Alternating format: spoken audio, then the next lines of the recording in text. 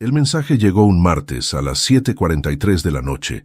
Estaba sentado frente al televisor apagado, ni siquiera recuerdo desde cuándo, cuando escuché el sonido del teléfono. Pensé que era una notificación cualquiera, una de esas que llenan el silencio con nada. Pero cuando vi el nombre en la pantalla, sentí que el corazón me dio un vuelco. Daniel, mi hijo.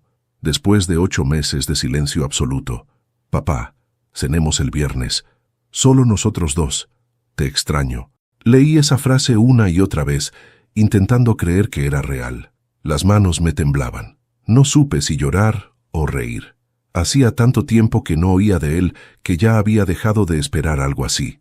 Durante meses, la soledad se había convertido en mi única rutina, y ahora, en unas pocas palabras, se abría una puerta que yo creía cerrada para siempre. Dejé el teléfono sobre la mesa. Caminé hasta el espejo del pasillo y me miré con detenimiento. El reflejo que me devolvió la mirada no era el hombre que solía ser. Cabello canoso, ojos cansados, una camisa que colgaba demasiado suelta sobre los hombros. Me pregunté si Daniel me reconocería, si recordaría quién fui antes de convertirme en el hombre que él decidió olvidar. Los días siguientes se me hicieron eternos. El viernes parecía no llegar nunca. Limpié la casa, afeité mi barba, lustré mis zapatos viejos y planché la única camisa decente que conservaba. Cada pequeño gesto era una forma de contener la ansiedad y el miedo, porque aunque la invitación sonaba tierna, había algo que me inquietaba. No era solo el tiempo que había pasado desde la última vez que nos vimos, era el modo en que lo escribió. Demasiado correcto, demasiado medido. Daniel nunca fue de escribirte extraño, pero me aferré a esa ilusión. A veces uno necesita mentirse un poco para seguir respirando. El viernes a las 8:45 estaba frente a su casa. Esa misma casa donde había pasado tantas tardes jugando con mi nieta, hasta que su madre, mi nuera Claudia, me pidió un tiempo. Y Daniel, como siempre, eligió su comodidad antes que a su padre. El barrio estaba igual, calles tranquilas, luces cálidas en las ventanas, el aroma a pan recién horneado que salía de la panadería de la esquina. Solo que ahora, al ver esa fachada blanca con las macetas en la entrada, sentí que algo no encajaba. Las luces del interior estaban apagadas, salvo una que titilaba en el comedor, el portón entreabierto, el coche de Daniel estacionado. Tomé aire, ajusté la bufanda y subí los escalones de piedra. Cuando levanté la mano para tocar el timbre, la puerta se entreabrió lentamente, y de la oscuridad surgió la voz temblorosa de Rosa, la empleada de la casa. «Señor Eduardo, no entre. Váyase, por favor. Váyase de aquí lo antes posible». Sus palabras me helaron la sangre. «¿Qué dices, Rosa? ¿Dónde está mi hijo? No puedo explicarle, solo váyase. No me pregunte nada». Vi el terror en sus ojos. No era nerviosismo, no era confusión, era miedo puro. Algo dentro de mí se contrajo, dio un paso hacia atrás y bajó la voz. «Por favor, señor, confíe en mí, no entre». El corazón me latía con fuerza. «¿Pasa algo con Daniel?», insistí. Ella negó con la cabeza, mirando hacia adentro. «No, no con él, con usted». La puerta se cerró de golpe.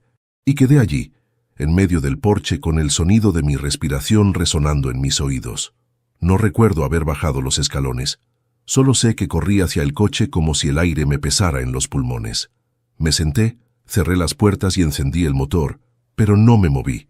El miedo se mezclaba con la incredulidad. ¿Qué estaba pasando? Desde el asiento del conductor tenía una vista directa a las ventanas del comedor. Esperé. Pasaron 3 minutos. Nada. Y entonces, de pronto, la casa se iluminó. Una tras otra, las luces del interior se encendieron como si alguien hubiera estado esperando mi partida. Aparecieron 2 hombres que no reconocí. Traían portafolios y sobres. Los seguía Daniel, con expresión seria, hablando por teléfono. Detrás de él, Claudia, vestida de negro, revisaba unos papeles con prisa. Algo no encajaba. No era una cena familiar. Era una reunión, una planeada cuidadosamente. Mientras observaba, Rosa apareció un segundo en la ventana. Sus ojos se cruzaron con los míos. Negó suavemente con la cabeza, en un gesto que decía más que 1000 palabras. «No lo hagas». Encendí el coche, pero no arranqué. Solo observé. 5 minutos después, Daniel se acercó al ventanal. Sacó algo del bolsillo, un documento, y al firmarlo, sonrió. Una sonrisa que no recordaba haberle visto jamás. En ese momento sentí un nudo en el estómago. No era tristeza, era una mezcla entre miedo y traición. Mi hijo, el mismo que una vez me abrazó con lágrimas en los ojos cuando murió su madre. El mismo que juró, yo siempre cuidaré de ti, papá. Ahora estaba ahí, dentro de mi antigua casa, firmando algo que, por instinto, supe que tenía mi nombre escrito. El reflejo de las luces se mezclaba con mi respiración empañando el vidrio del coche. Tuve que cerrar los ojos unos segundos para no romper en llanto, porque a veces el alma sabe antes que la mente. Lo que está pasando es más grave de lo que puedes soportar. Pero entonces lo vi. Daniel entregó un sobre a Claudia. Ella lo guardó en su bolso. Y, sin esperarlo, ambos levantaron la mirada hacia la ventana, hacia donde yo estaba. Me agaché instintivamente. El corazón me golpeaba el pecho.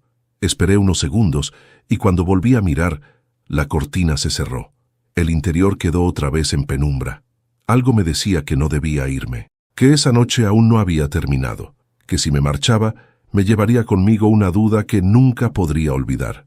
Pero antes de continuar, me gustaría saber si te suscribiste al canal y si te gustó el video.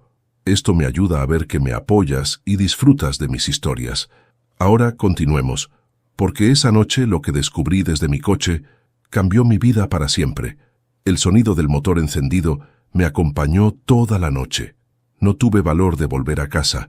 Me quedé allí, estacionado frente a la vivienda de mi hijo, observando las luces que se apagaban una a una hasta que solo quedó una encendida, la del despacho.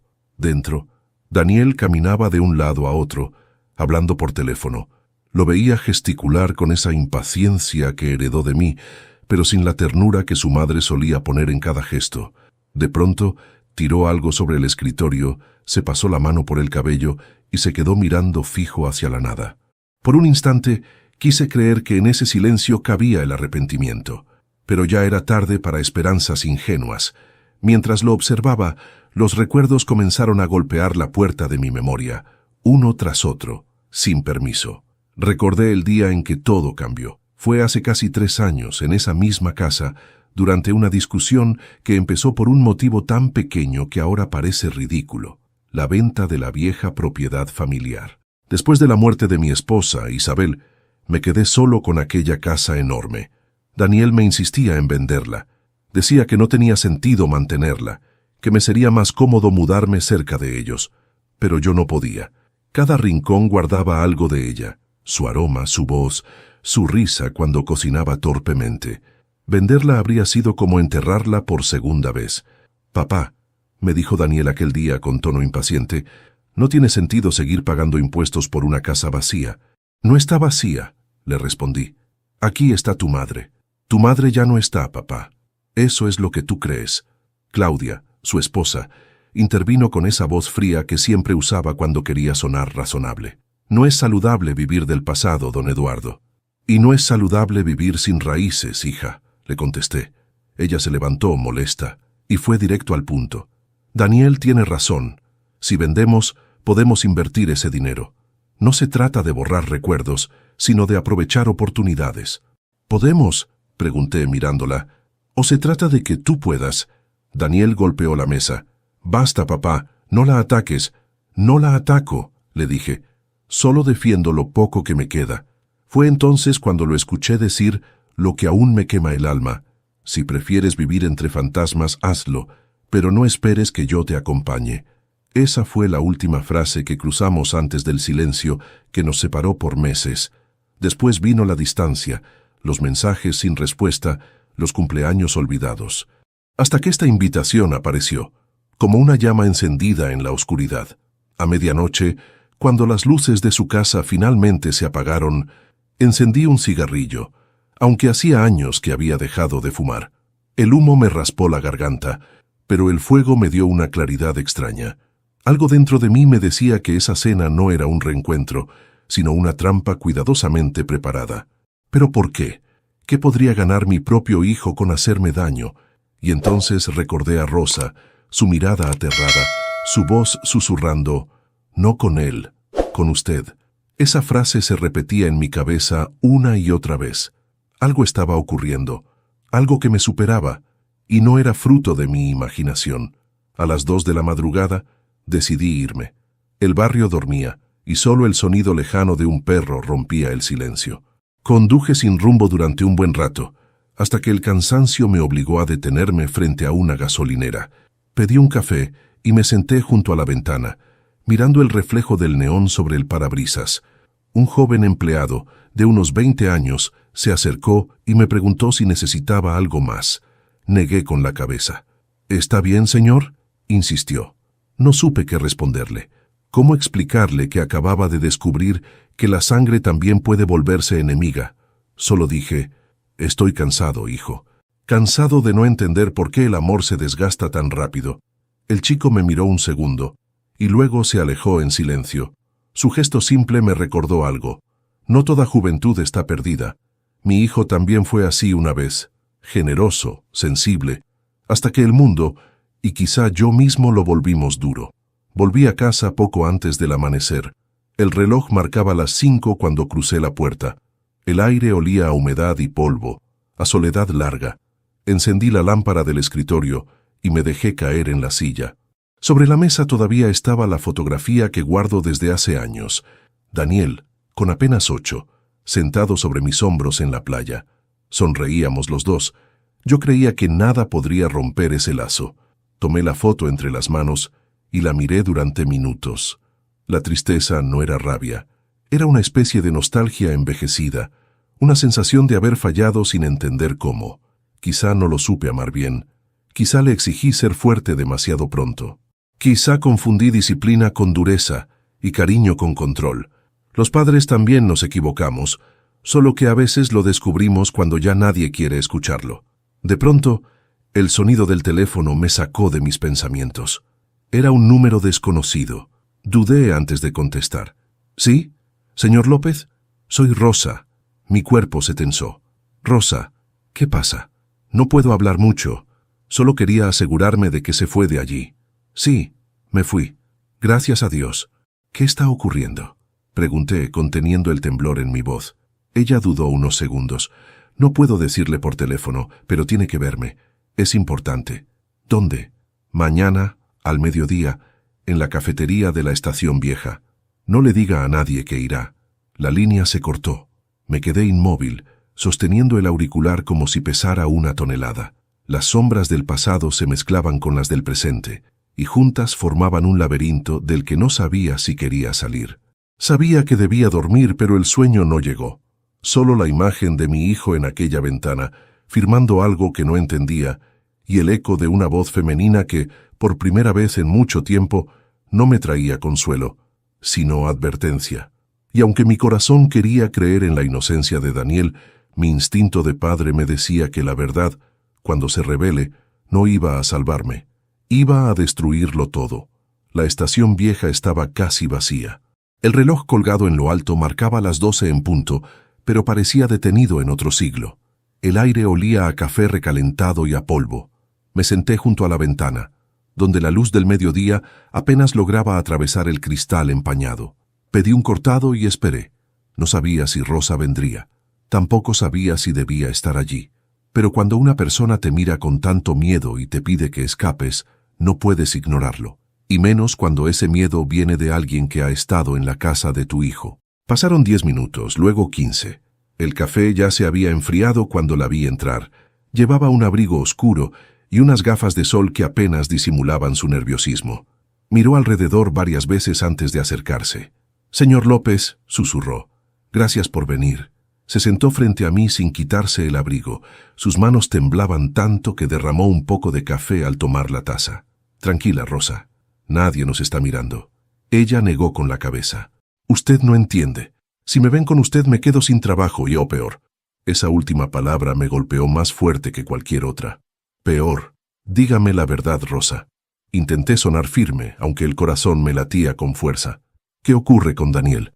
«No es con él, es con todos ellos». «¿Cómo que todos?» «Su hijo, su esposa y ese abogado que fue anoche a la casa». Me incliné hacia adelante. «Explíquese». Ella respiró hondo, como si necesitara reunir valor. Hace semanas que algo raro pasa en esa casa. Llegan sobres, llamadas extrañas. La señora Claudia me prohibió entrar al estudio. Y ayer se detuvo. Ayer escuché una conversación que no debía oír. ¿Qué clase de conversación? Una sobre usted, señor. El corazón me dio un vuelco. ¿Sobre mí? Rosa asintió. Decían que todo tenía que parecer un accidente, que después del viernes nadie sospecharía. La sangre se me heló. ¿Un accidente? ¿Qué quiere decir? ¿Que lo querían invitar a cenar para...? Bajó la voz. Para hacerle daño. El silencio entre nosotros fue tan denso que pude escuchar el tic-tac del reloj de la estación. Me llevé las manos a la cara. No quise creerlo. Mi propio hijo. Mi sangre. No, murmuré. Debe haber un malentendido. Rosa me miró con una mezcla de compasión y miedo. Ojalá lo hubiera, señor. Pero escuché a su nuera decir que no podían dejar cabos sueltos. Si ese viejo no firma los papeles, tendremos que arreglarlo de otra forma, dijo. Mis dedos temblaron. ¿Qué papeles? Ella abrió su bolso y sacó un sobre doblado. Esto lo encontré en la cocina. Estaba en una carpeta con su nombre. Me lo entregó con manos temblorosas. Adentro había copias de documentos notariales. El encabezado decía, cesión de derechos patrimoniales. Eduardo López. Las firmas al pie eran mías, o al menos parecían serlo. Pero yo nunca firmé esto, susurré. Lo sé. Rosa asintió. Por eso le dije que se fuera. Si usted hubiera entrado esa noche, no estaría aquí hablando conmigo. Sentí un mareo. El mundo giró un segundo y tuve que aferrarme a la mesa para no caer. Me quedé mirando los papeles, incrédulo. No podía entender cómo habían llegado a eso. ¿Quién es ese abogado?, pregunté. Un tal Ramiro Peña. Ha estado yendo a la casa desde hace meses. Su hijo dice que es su asesor financiero, pero en realidad está ayudando a su esposa a transferir todo a otra cuenta. ¿A nombre de quién? De ella y de una empresa que no existe. Me quedé en silencio. En mi cabeza, las piezas empezaban a encajar. Los meses de silencio, las llamadas que nunca me contestó, el tono forzado de la invitación. No era una reconciliación, era una emboscada. Rosa se inclinó hacia mí. No puede volver a su casa, señor. No puede firmar nada ni hablar con ellos. ¿Y qué debo hacer? Buscar a alguien en quien confíe y desaparecer por unos días. Desaparecer. La palabra me dio vueltas en la mente. Era absurdo. ¿Huir? ¿A mis 60 años? ¿Esconderme como un criminal para sobrevivir a mi propia familia? Pero cuando la miré supe que no exageraba. Ese miedo en sus ojos era real. Y mi hijo, el mismo niño que un día me dijo, «Quiero ser como tú, papá», había dejado de existir. Salimos juntos de la cafetería. El sol ya caía, tiñendo los adoquines de un tono ámbar. Rosa caminaba rápido mirando hacia los lados. Antes de despedirse, me apretó la mano. «No confíe en nadie, señor, ni siquiera en su hijo». Vi cómo se alejaba entre la gente hasta perderse en la multitud. Me quedé parado sintiendo que algo dentro de mí se había roto. No era solo la confianza ni la seguridad, era mi propia identidad como padre. Encendí el coche y conduje sin rumbo. Las palabras de Rosa retumbaban en mi cabeza. Después del viernes nadie sospecharía. Aquella frase me perseguía.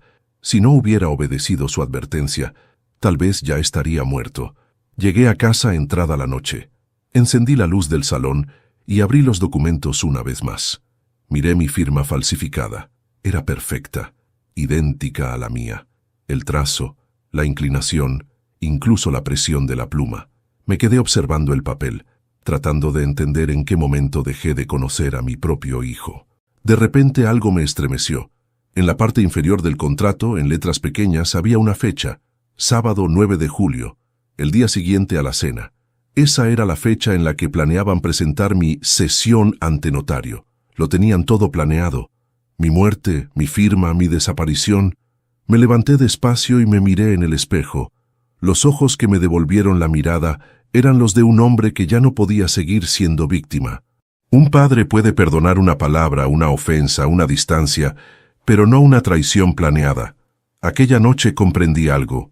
No podía denunciar todavía. No podía actuar sin pruebas. Y lo más importante, no podía dejar que supieran que estaba vivo, porque si querían verme muerto, Tendrían que enfrentar la versión de mí que ellos mismos crearon. Un hombre sin miedo, un padre que lo había perdido todo y que ahora no tenía nada que perder. Esa noche no dormí. Cada vez que cerraba los ojos, veía la escena una y otra vez. Mi hijo, su esposa, los documentos, el abogado y mi nombre falsificado al pie de un contrato que sellaba mi desaparición. La mente me ardía, pero el corazón, en cambio, estaba helado. Durante años me creí un hombre fuerte, capaz de enfrentarlo todo, pero la traición de un hijo tiene un peso distinto. No se lleva en la espalda, sino en el alma. Es un tipo de dolor que no se grita ni se llora, se piensa. Y esa noche pensé demasiado. A las 5 de la mañana me levanté, preparé café y me senté en la mesa con los documentos delante. Necesitaba claridad, y la única forma de obtenerla era transformando mi dolor en algo útil. Sabía que si iba a la policía, me dirían que era una sospecha sin pruebas. Y si enfrentaba a Daniel, solo aceleraría lo inevitable. Así que decidí hacer lo que jamás pensé que haría, jugar su juego. Saqué un cuaderno, abrí una página nueva y escribí en la parte superior una palabra: plan. Debajo tracé 3 columnas: personas, tiempos, riesgo. Me sentí absurdo, como si fuera un criminal diseñando un delito. Pero luego recordé las palabras de Rosa: no confíe en nadie. Y entendí que mi única defensa sería mi propia astucia. El primer paso era encontrar a alguien de confianza, y no quedaban muchos. Fue entonces cuando pensé en Martín Calderón, un viejo amigo de mi juventud. Habíamos trabajado juntos hace décadas en la empresa de ingeniería donde conocí a Isabel, mi difunta esposa. Martín siempre fue un hombre discreto, fiel, con una mente afilada para los detalles legales. Después de jubilarse, se retiró a una pequeña casa en el campo, a unos kilómetros de la ciudad. Le marqué a media mañana. Tardó en contestar. ¿Eduardo? Su voz sonó ronca, sorprendida. Caray, pensé que estabas en otro país. Ojalá lo estuviera, Martín, le respondí con amargura. Necesito verte. ¿Tan grave es? Digamos que se trata de vida o muerte. Hubo un silencio al otro lado. Luego, su voz se volvió seria. Ven esta tarde. No le digas a nadie. El camino hasta su casa fue largo y silencioso. La carretera serpenteaba entre campos secos y árboles torcidos por el viento. Mientras conducía, repasaba mentalmente cada palabra que Rosa me había dicho. Cada detalle podía ser una pista. Cada recuerdo, una advertencia. Cuando llegué, Martín me esperaba en el porche con su eterno sombrero y su taza de mate. Apenas me vio, me abrazó. «Tienes el mismo olor a café y a tristeza de siempre», bromeó. Sonreí por primera vez en días. «Y tú sigues oliendo a tierra y a consejos que duelen». Nos sentamos frente a la chimenea. Le conté todo, sin omitir nada. El mensaje de mi hijo, la advertencia de Rosa, los documentos falsificados. Martín me escuchó sin interrumpir, moviendo lentamente el mate entre sus manos. Cuando terminé, guardó silencio unos segundos. «Entonces quieren matarte», dijo al fin con una calma escalofriante. «Eso parece. ¿Y tú qué piensas hacer? ¿Sobrevivir?» Él se recostó en la silla, cruzando los brazos. «Eso suena bien, pero necesitarás más que suerte. Necesito tu ayuda. Sabes que la tienes». Le mostré los papeles. Martín los leyó con atención y asintió. «Esto es una falsificación profesional. No cualquiera podría replicar una firma así. ¿Puedes rastrear de dónde salió?» «Con tiempo, sí, pero antes debemos protegerte». «¿Protegerme cómo?» «Desapareciendo». «¿Qué?» «Si ellos creen que ya estás fuera del juego, bajarán la guardia. Es la única forma de atrapar a una serpiente. Dejar que crea que ha mordido». Me quedé mirándolo. La idea era tan absurda como brillante. «¿Y cómo se supone que desaparezca?», pregunté. Martín sonrió con esa malicia que solo los viejos astutos tienen. «Déjamelo a mí. Tengo contactos en la funeraria local. Si te parece, mañana mismo podemos organizar un pequeño accidente doméstico». «¿Estás hablando de fingir mi muerte?» «Exactamente». La idea me revolvió el estómago, pero cuanto más la pensaba, más sentido tenía. Si Daniel y Claudia planeaban quedarse con mis bienes, verían mi supuesta muerte como una oportunidad perfecta, y mientras ellos se hundían en su propia mentira, yo podría observarlos desde la oscuridad. Esa noche, Me quedé a dormir en casa de Martín.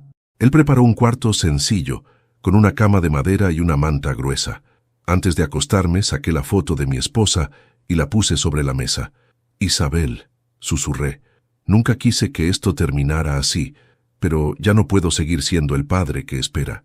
Ahora tengo que ser el hombre que actúa». Apagué la lámpara y miré el techo. El silencio del campo era absoluto. Por primera vez en semanas, no sentí miedo, sino una extraña sensación de control. Era como si la vida me hubiera devuelto el timón después de un largo naufragio. Al amanecer, Martín entró con un termo de café y un sobre en la mano. «Aquí está todo lo que necesitarás», dijo, dejándolo sobre la mesa. Dentro había una nueva identificación, una libreta con notas falsas y una llave. «¿Qué es esto?»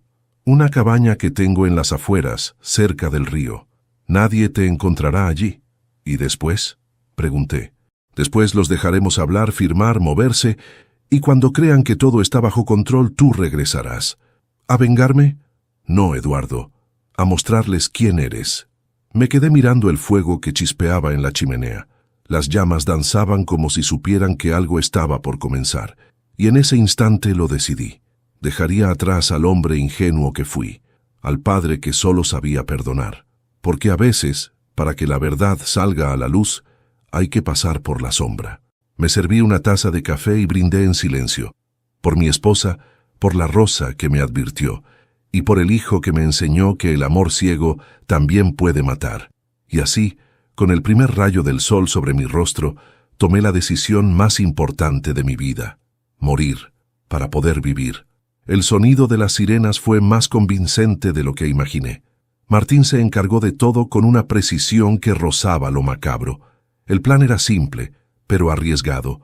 Un supuesto accidente doméstico, una caída por las escaleras, una nota de despedida cuidadosamente redactada y un cuerpo irreconocible que nadie cuestionaría demasiado. El cadáver, claro, no era mío. Un contacto suyo en la funeraria local se encargó de intercambiar registros, y el resto lo hizo el fuego. Una explosión controlada en mi vieja casa selló la historia. Los vecinos, alarmados, llamaron a los bomberos. Cuando los medios llegaron, ya se hablaba de una tragedia en el domicilio del empresario jubilado Eduardo López. Desde la cabaña de Martín, a varios kilómetros de distancia, observé la transmisión en directo. El humo aún salía por el techo de lo que alguna vez fue mi hogar. Un reportero hablaba frente a las cámaras, con tono grave y teatral. Fuentes cercanas indican que el señor López vivía solo. Se presume un accidente. Las autoridades aún investigan la causa del siniestro. Me quedé en silencio. No sabía si llorar por lo que veía o por lo que había perdido mucho antes de esa noche. Esa casa había sido mi refugio, el último rincón que aún conservaba de Isabel. Ahora solo quedaban cenizas. Martín entró con 2 tazas de café. «Salud, difunto», bromeó, levantando la suya. Yo no sonreí. No pensé que dolería tanto fingir morir. «Solo los que estuvieron vivos de verdad sienten eso», respondió. La noticia se expandió como fuego en pasto seco. A las pocas horas, las redes sociales y los portales locales hablaban de mi fallecimiento. Viejos amigos comenzaron a dejar mensajes de condolencia. Incluso algunos familiares con los que no hablaba hacía años publicaron palabras amables. La muerte, pensé, tiene un extraño poder, el de reconciliar a los que no tuvieron valor de hacerlo en vida. Pero la parte que realmente me interesaba aún no había ocurrido, la reacción de mi hijo. Y cuando finalmente lo vi frente a las cámaras, entendí que todo lo que había planeado había valido la pena. Era la tarde del día siguiente. La televisión mostraba la fachada de la casa de Daniel. Él y Claudia estaban en el porche, rodeados de periodistas. Daniel llevaba gafas oscuras, pero su voz temblorosa buscaba parecer firme. Mi padre fue un hombre complicado, pero siempre será mi padre. Lo extrañaremos. Lo dijo sin pestañear, con una pausa exacta, como si estuviera leyendo un guión. A su lado, Claudia fingía limpiar una lágrima. El reportero le preguntó: «¿Cómo se siente, señora, tras esta tragedia?». Ella suspiró y respondió con voz quebrada: «Solo queremos cerrar este capítulo y continuar con lo que él hubiera querido. Paz para la familia». Paz. Una palabra que en su boca sonaba como veneno. Esa noche, Martín y yo nos sentamos frente al televisor con una botella de vino. ¿Y ahora qué sigue?, me preguntó. Esperar. ¿Esperar qué? A que cometan su primer error. Y no tardaron. 2 días después, el abogado Ramiro Peña apareció en el noticiero local acompañado de Daniel. Anunciaban la lectura del testamento y la transferencia de bienes pendientes. No pude evitar soltar una carcajada amarga. Ni siquiera habían esperado el luto. Apenas enterraron las cenizas del desconocido que creían que era yo, ya estaban reclamando lo suyo.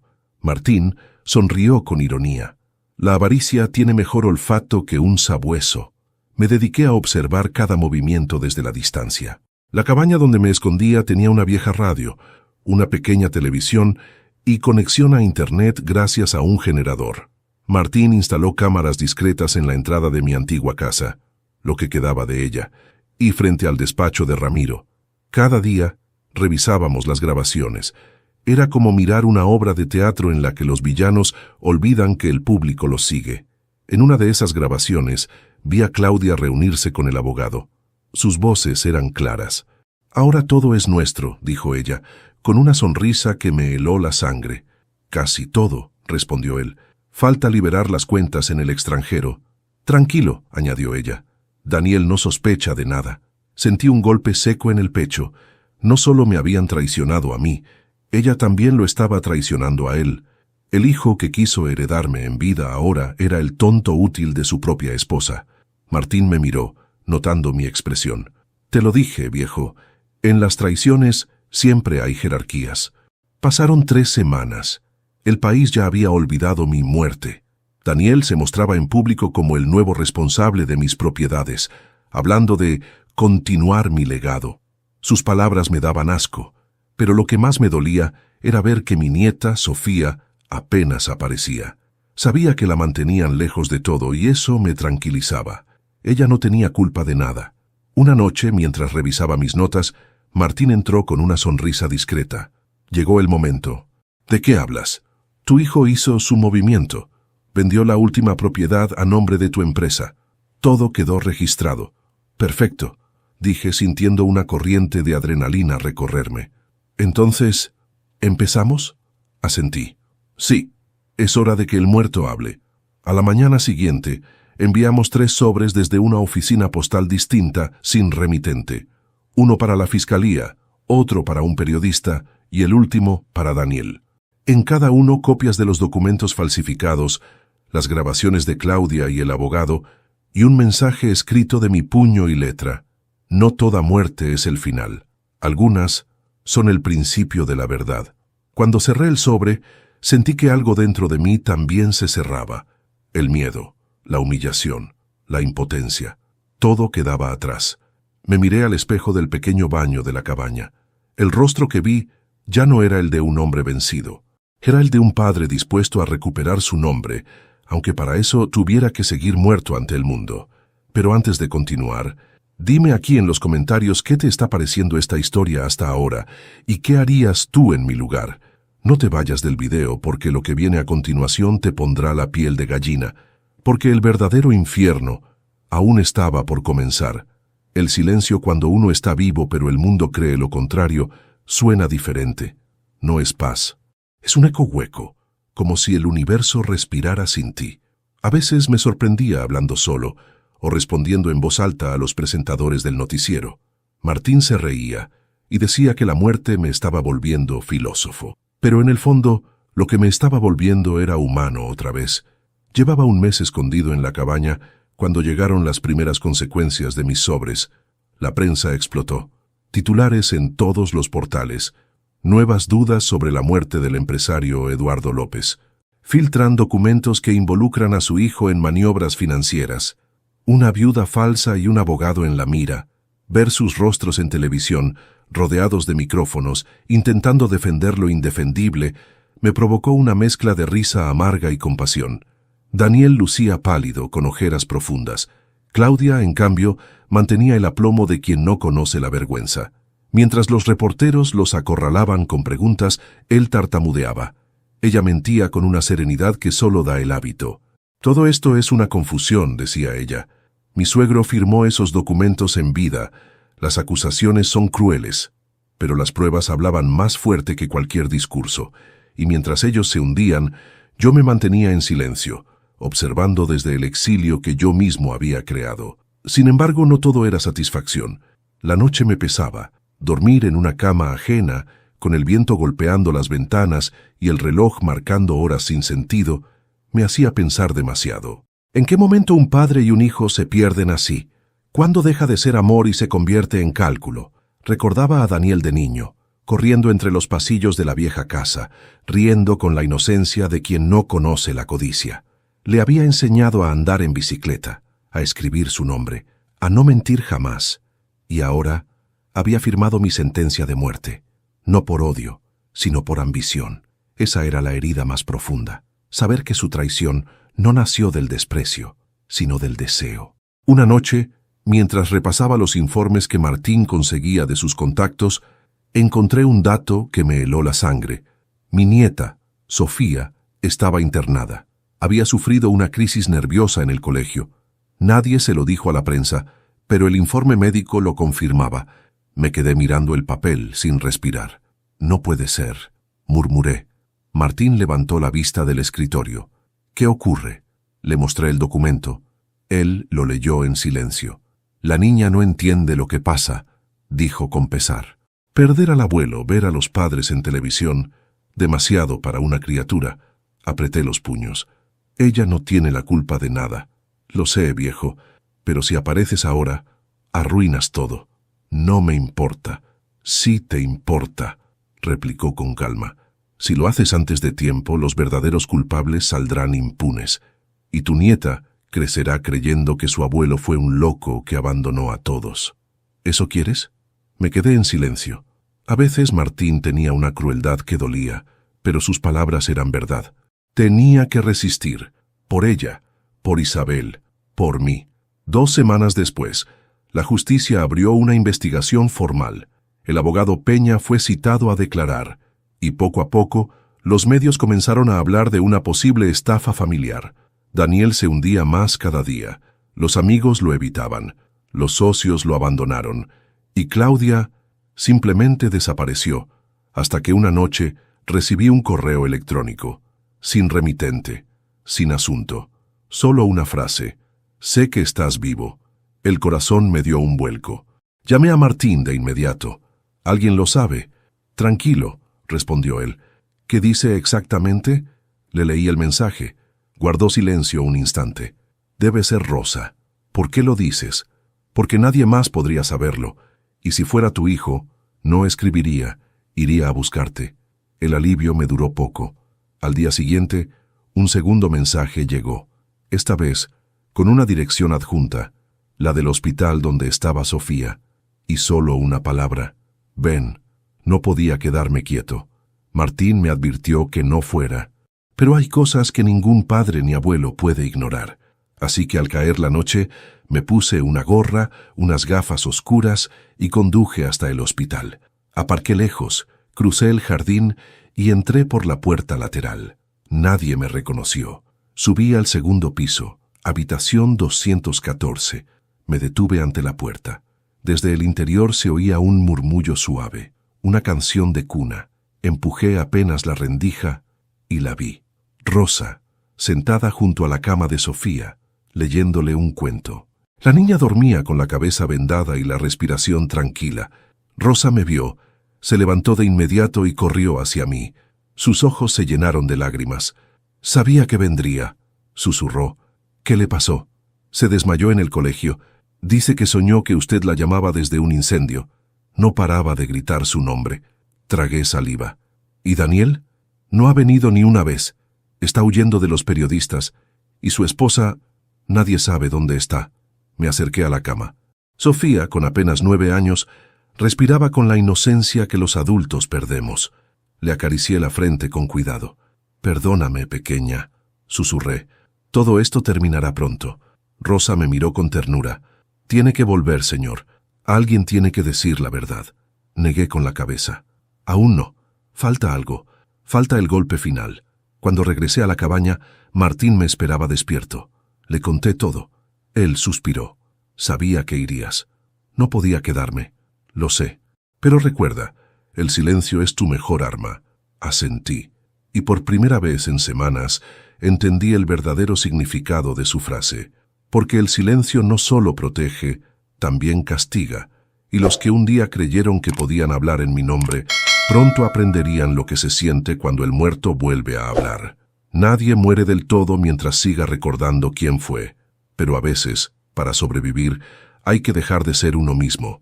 Y eso fue exactamente lo que hice. Martín me ayudó a conseguir una nueva identidad. Manuel Rivas, 62 años, técnico de mantenimiento jubilado. Un nombre sin pasado, sin familia, sin historia. El tipo de hombre que nadie mira dos veces, que pasa inadvertido en la multitud. Perfecto para lo que necesitaba. Había pasado más de un mes desde mi falsa muerte. La policía aún investigaba el caso, pero los medios ya habían pasado a otro escándalo.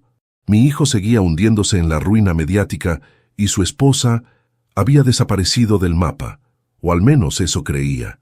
Hasta que una mañana, mientras leía el periódico en la cabaña, una noticia me dejó helado. Claudia Ramírez, viuda del empresario Eduardo López, reaparece como nueva inversora del Grupo Edan, propiedad de su difunto suegro. El Grupo Edan, mi empresa, la que fundé con Isabel hace 30 años. Y allí estaba ella, sonriendo en una fotografía, vestida de negro y con un brazalete de luto. Viuda rica, dueña de algo que nunca le perteneció. El fuego que creí apagado dentro de mí volvió a encenderse. Ya no bastaba con observar, tenía que verla de cerca, y para eso necesitaba acercarme al único lugar donde seguía respirando mi nombre, las oficinas del Grupo Edan. Martín, aunque no estaba de acuerdo, me ayudó a conseguir un puesto temporal como auxiliar de mantenimiento en el edificio. Nadie sospecharía de un viejo que arregla enchufes y cambia focos. Cuando me vio con el uniforme, no pudo evitar reír. De empresario a electricista, si Isabel te viera, se reiría contigo. O me abofetearía por no hacerlo antes, respondí. A la semana siguiente ya estaba allí. El edificio que yo mismo había mandado construir me recibió con un aire ajeno, casi hostil. Nada quedaba de la calidez que solíamos tener con los empleados. Ahora todo era vidrio, metal y vigilancia. Los pasillos parecían fríos túneles de hospital. Pasé mi primera jornada cambiando bombillas en el piso 3. Nadie me reconoció. Habían pasado años, y la barba, el cabello canoso y las gafas gruesas hacían el resto. Era invisible, y esa invisibilidad me daba poder. El segundo día, la vi. Claudia. Bajó del ascensor rodeada de 2 hombres trajeados. Reía. Su perfume, el mismo que solía usar para las reuniones familiares, llenó el pasillo. Cuando pasó junto a mí, me miró sin mirarme. Y esa indiferencia fue el golpe más irónico de todos. Yo había muerto tan bien que hasta mi asesina me ignoró. Durante las siguientes semanas comencé a observar. Cada paso suyo, cada visita al despacho, cada reunión con los socios. Tomaba notas en un cuaderno que guardaba en la caja de herramientas. Martín venía cada noche a recoger la información. Una tarde, mientras limpiaba los vidrios del pasillo, escuché algo que me hizo detener la respiración. Claudia hablaba por teléfono desde su oficina. La puerta estaba entreabierta. Sí, Ramiro, el dinero está casi listo, pero necesito que Daniel firme el último documento. No, él no sabe nada. Solo le diré que es una actualización del seguro. Me apoyé en la escoba. La escuché reír suavemente. Con esto, todo será mío. Y cuando el viejo aparezca, si aparece, no tendrá ni un centavo que reclamar. Mi puño se cerró con tanta fuerza que sentí crujir los huesos. Tenía que mantener la calma. Mi momento llegaría, pero aún no era el día. Cada palabra que ella decía era una pieza más del rompecabezas, y yo iba a completarlo con paciencia.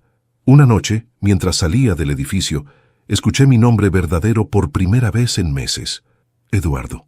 Me giré de golpe. Rosa, la empleada.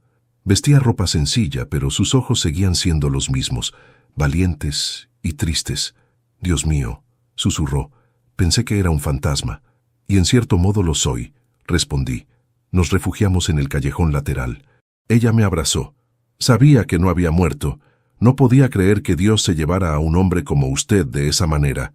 Estoy vivo, Rosa, pero necesito que sigas fingiendo que no lo sabes. ¿Qué va a hacer ahora? Terminar lo que ellos empezaron.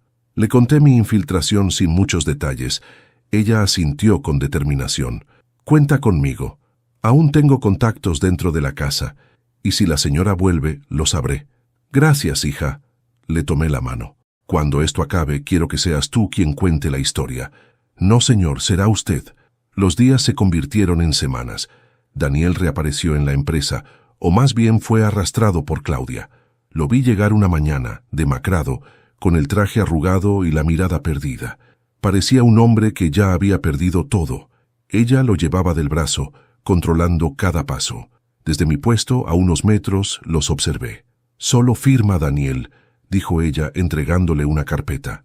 «¿Qué es esto?», preguntó él confundido. «Un documento para asegurar la continuidad de la empresa. Es por tu bien». Daniel firmó. Yo, desde el reflejo del vidrio, capturé una foto con mi celular. Esa imagen, esa firma, era la última pieza que necesitaba. Martín podría demostrar con ella que el fraude seguía activo, incluso después de mi muerte. Esa noche, cuando regresé a la cabaña, él me recibió con su sonrisa de zorro viejo. «Ya tienes todo, Eduardo. Casi todo. ¿Qué falta?» «Verlos caer con mis propios ojos». Martín se sirvió un trago y levantó la copa. «Entonces, viejo amigo, bienvenido al punto sin retorno». Brindamos en silencio. El fuego crepitaba en la chimenea, y yo entendí algo. Ya no era Eduardo López. Era el hombre sin nombre, el fantasma que ellos mismos crearon. Y lo que estaba por hacer no era venganza, era justicia. Toda cacería comienza con un silencio, una espera, una respiración contenida. Durante meses me habían cazado ellos, creyéndome un obstáculo, un anciano fácil de borrar. Pero ahora el cazador era yo. Y la primera regla de un buen cazador es dejar que la presa se acerque por voluntad propia. Martín me ayudó a preparar cada detalle. El plan tenía que ser tan meticuloso como el de ellos, pero con una diferencia. El mío no buscaba destruir vidas inocentes, sino revelar verdades escondidas. La justicia no siempre se encuentra en los tribunales. A veces hay que construirla con las propias manos. El primer paso fue sembrar la duda. Usando una cuenta anónima, enviamos a Claudia y a Daniel un correo idéntico. Yo sé lo que hicieron con Eduardo López. No todo quedó enterrado. Si quieren mantener su versión intacta, prepárense para pagar. Acompañamos el mensaje con una foto, la de la firma falsa que Daniel había puesto días antes. Sabíamos que eso sería suficiente para desatar el pánico. Esa misma tarde, desde mi puesto en el edificio, observé cómo ambos llegaban por separado, alterados, mirando a todos lados. Ella subió directamente al despacho del abogado Ramiro Peña. Él, en cambio, se encerró en su oficina y no volvió a salir hasta pasadas 3 horas. Cuando finalmente lo hizo, tenía la mirada perdida, el rostro blanco.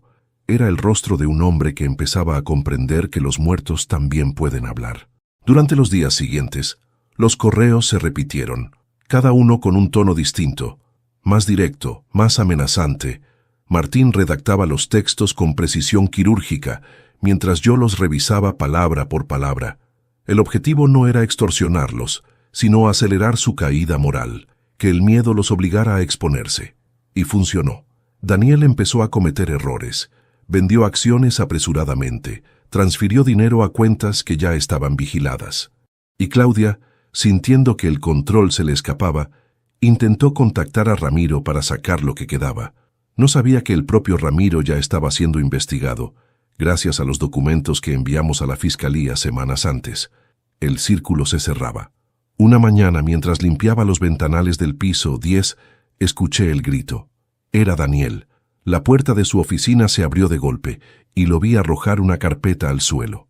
«No puede ser, esto no puede estar pasando». Claudia entró detrás de él fingiendo calma. «Tranquilo, amor, lo resolveremos». «¿Resolver?», dijo fuera de sí. «Nos están acorralando. ¿Alguien sabe lo de papá?». Ella cerró la puerta y bajó la voz. «Cállate, si alguien te oye, estamos perdidos». Me quedé quieto, fingiendo concentrarme en mi trabajo, pero cada palabra llegaba nítida. «Tú dijiste que todo estaba controlado», gruñó Daniel. «Y lo estaba, hasta que decidiste confiar en Ramiro. No me culpes a mí, fuiste tú quien...». El resto de la frase se perdió en un portazo. Pero no necesitaba escuchar más. Ya se estaban destruyendo entre ellos. Mi trabajo simplemente era dejar que el miedo hiciera el resto. Esa misma noche, en la cabaña, Martín me mostró una carpeta llena de documentos. «Con esto basta para hundirlos legalmente», dijo. Eran copias de transacciones, correos interceptados, declaraciones juradas. Cada pieza encajaba a la perfección. Solo faltaba un golpe final, la exposición pública. «¿Vas a hacerlo tú?», me preguntó. «Sí». «Entonces, viejo amigo, será tu resurrección». La oportunidad llegó 2 días después. El grupo Edan organizó una conferencia de prensa para aclarar rumores. Claudia y Daniel aparecerían juntos frente a las cámaras, proclamando su inocencia. No podía haber escenario mejor. Esa mañana me vestí con el uniforme de mantenimiento y cargué mi caja de herramientas. Nadie sospechó del viejo encargado que revisaba los cables del auditorio. Coloqué discretamente una memoria USB conectada al sistema de proyección. En ella, los documentos, las grabaciones, las imágenes y mi voz. A las 11, el evento comenzó. La sala estaba llena de periodistas. Claudia, impecable, tomó el micrófono. «Queremos agradecer su presencia y desmentir las acusaciones sin fundamento que se han difundido». Daniel permanecía detrás de ella, visiblemente tenso. Sus manos sudaban, sus ojos evitaban mirar al público. El moderador anunció una breve presentación audiovisual con la trayectoria de la familia López. Y entonces, la pantalla se encendió.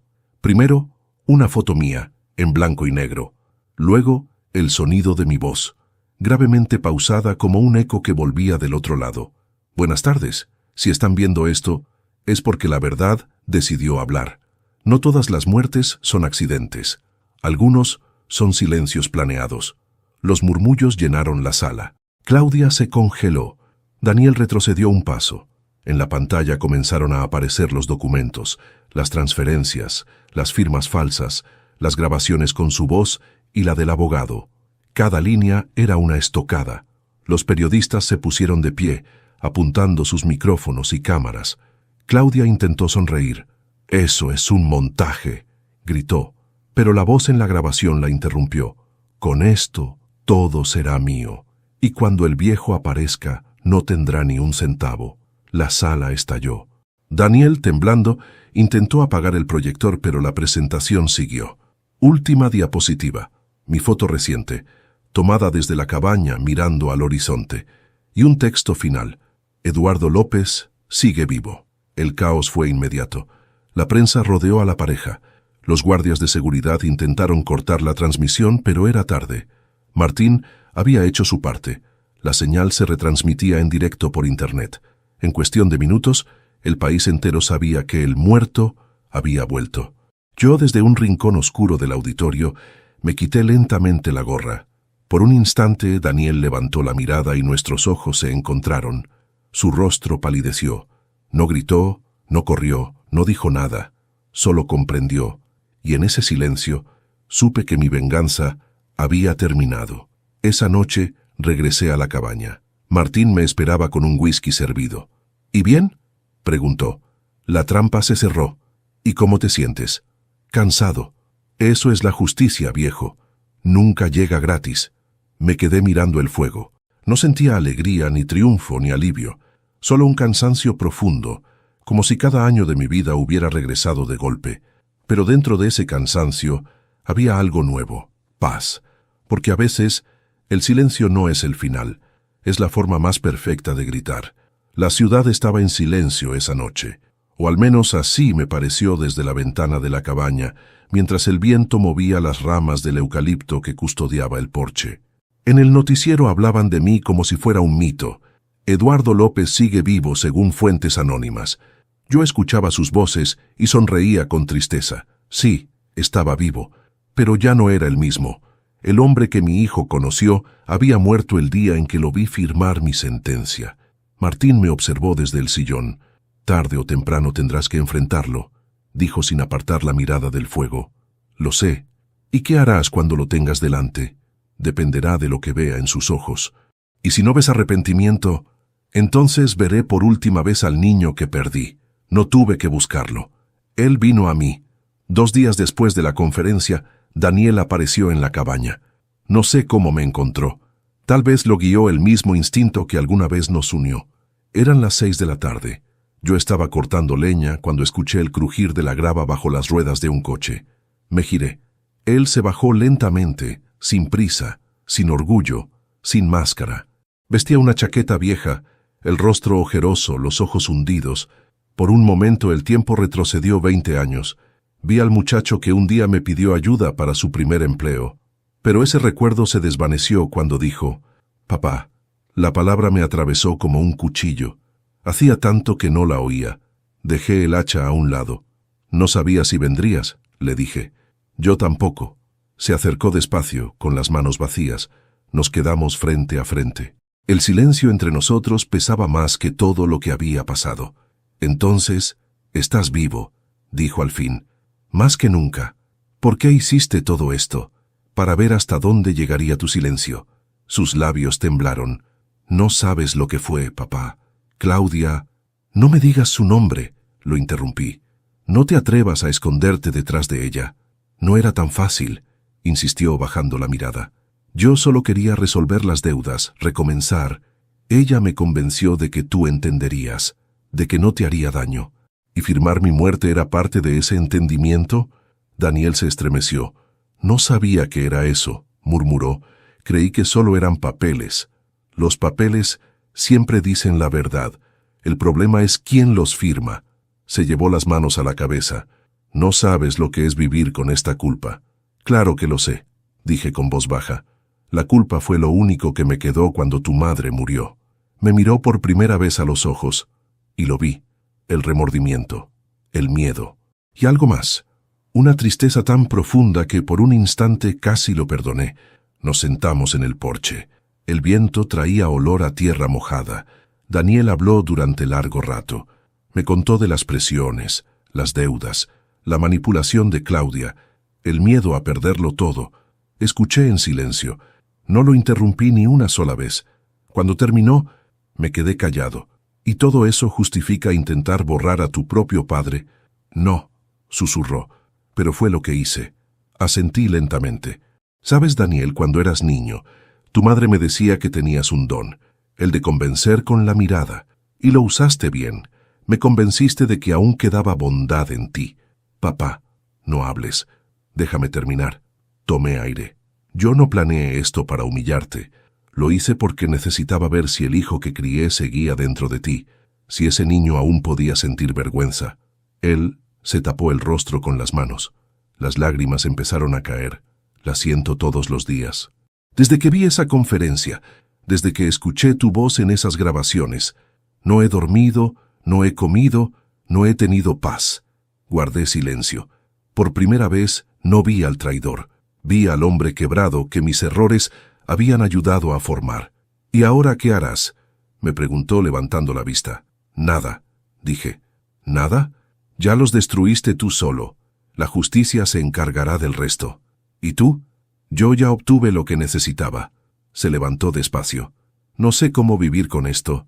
«Aprende», respondí, «o muere de verdad. Pero si decides vivir, hazlo bien, no por mí, por Sofía». Su nombre lo hizo temblar. «¿Cómo sabes de ella?». «Porque sigo siendo su abuelo, aunque tú lo olvidaras». Daniel rompió en llanto. «La llevé a un psicólogo. No deja de soñar contigo. Dice que la llamas desde un incendio». «Tal vez lo hago», murmuré. «Tal vez intento que despierte antes de que sea tarde». Él me miró con desesperación. «¿Me vas a perdonar?». «Eso no depende de mí». «Entonces, ¿de quién?». «Del tiempo. Y del hombre que decida ser mañana». Se quedó un rato más sin hablar.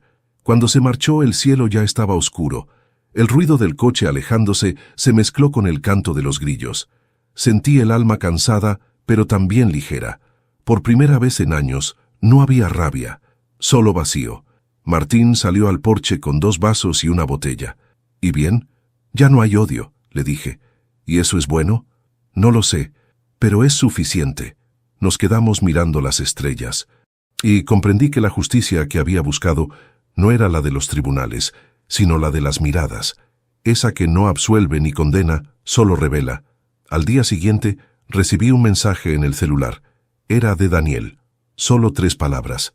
Gracias por verme. Respondí con otras 3. Hazlo por ella. Apagué el teléfono y salí al jardín. El sol de la mañana caía sobre la madera húmeda del porche. Por primera vez en mucho tiempo, respiré sin miedo, porque entendí que algunas guerras no se ganan cuando el enemigo cae, sino cuando uno deja de odiarlo. El invierno llegó más temprano ese año. Las hojas de los álamos cayeron antes de tiempo, y el aire tenía ese aroma que anuncia que algo está terminando. A veces creo que la naturaleza sabe más que nosotros. Entiende los finales sin miedo, sin ruido, sin explicaciones. Yo, en cambio, necesitaba cerrar el mío con palabras.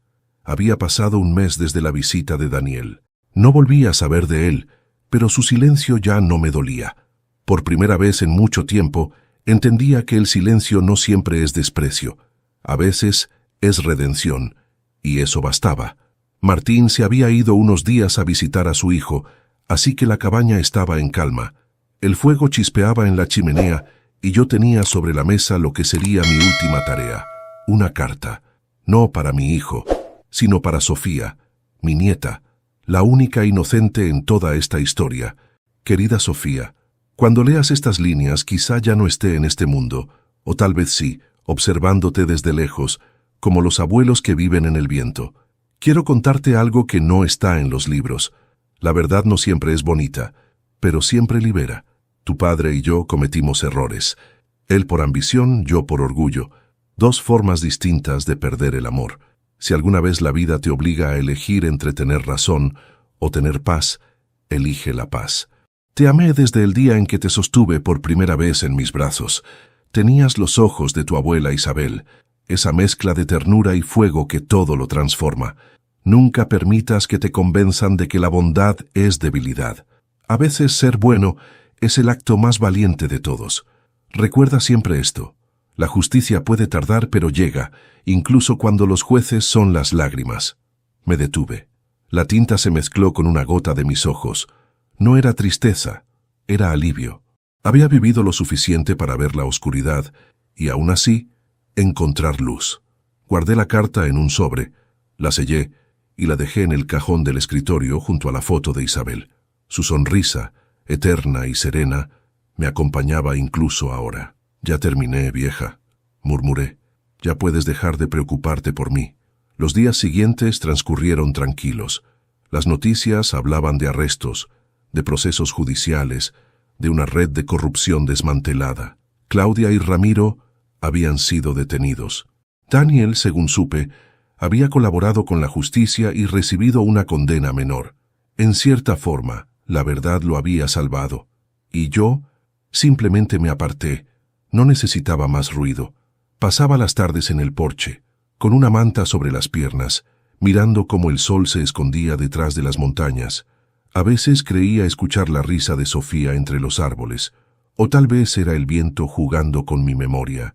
Una tarde, mientras el cielo se teñía de naranja, un coche se detuvo frente a la cabaña. Reconocí la silueta incluso antes de verla bien. Era Rosa. Traía un sobre en la mano.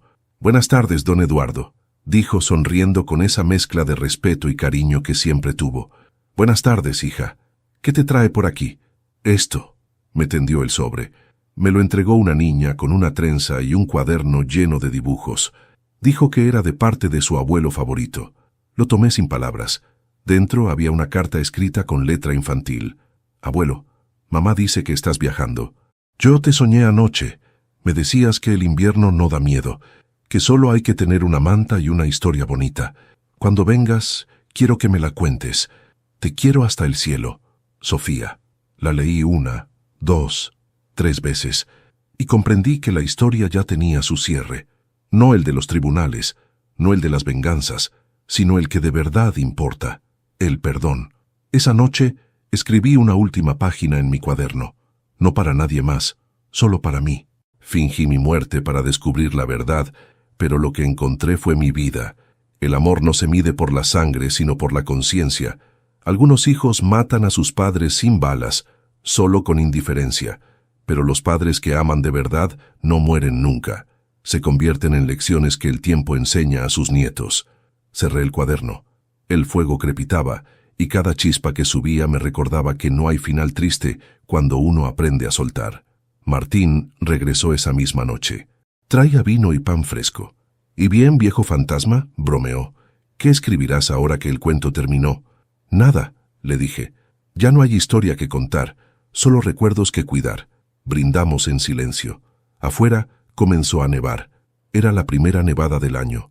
Las copas de los árboles se cubrieron de blanco y la cabaña, por fin, se sintió como un hogar. Esa madrugada soñé con Isabel. Venía caminando por el jardín, con su vestido azul y la sonrisa de siempre. Se detuvo frente a mí y me dijo: «¿Ves, amor? Todo lo que tenías que hacer era perdonar». Y cuando la abracé, comprendí que el invierno no es el final de nada, solo una forma de descanso. Cuando amaneció, Rosa encontró la cabaña en silencio. El fuego aún ardía, la taza de café seguía caliente, y sobre el escritorio 2 sobres, uno con la carta para Sofía, otro con una nota que decía: «Si alguna vez alguien escucha mi historia, que no la llame tragedia. Fue solo el viaje de un hombre que aprendió demasiado tarde a decir adiós. Y si tú, que escuchas ahora mi voz, llegaste hasta aquí, quiero agradecerte por acompañarme en este viaje. Si esta historia te conmovió, suscríbete al canal, déjame tu me gusta y cuéntame en los comentarios qué te pareció. Dime también desde qué ciudad nos ves y si alguna vez aprendiste como yo que a veces vivir en paz es la mejor venganza». Soy Eduardo López y esta fue mi historia.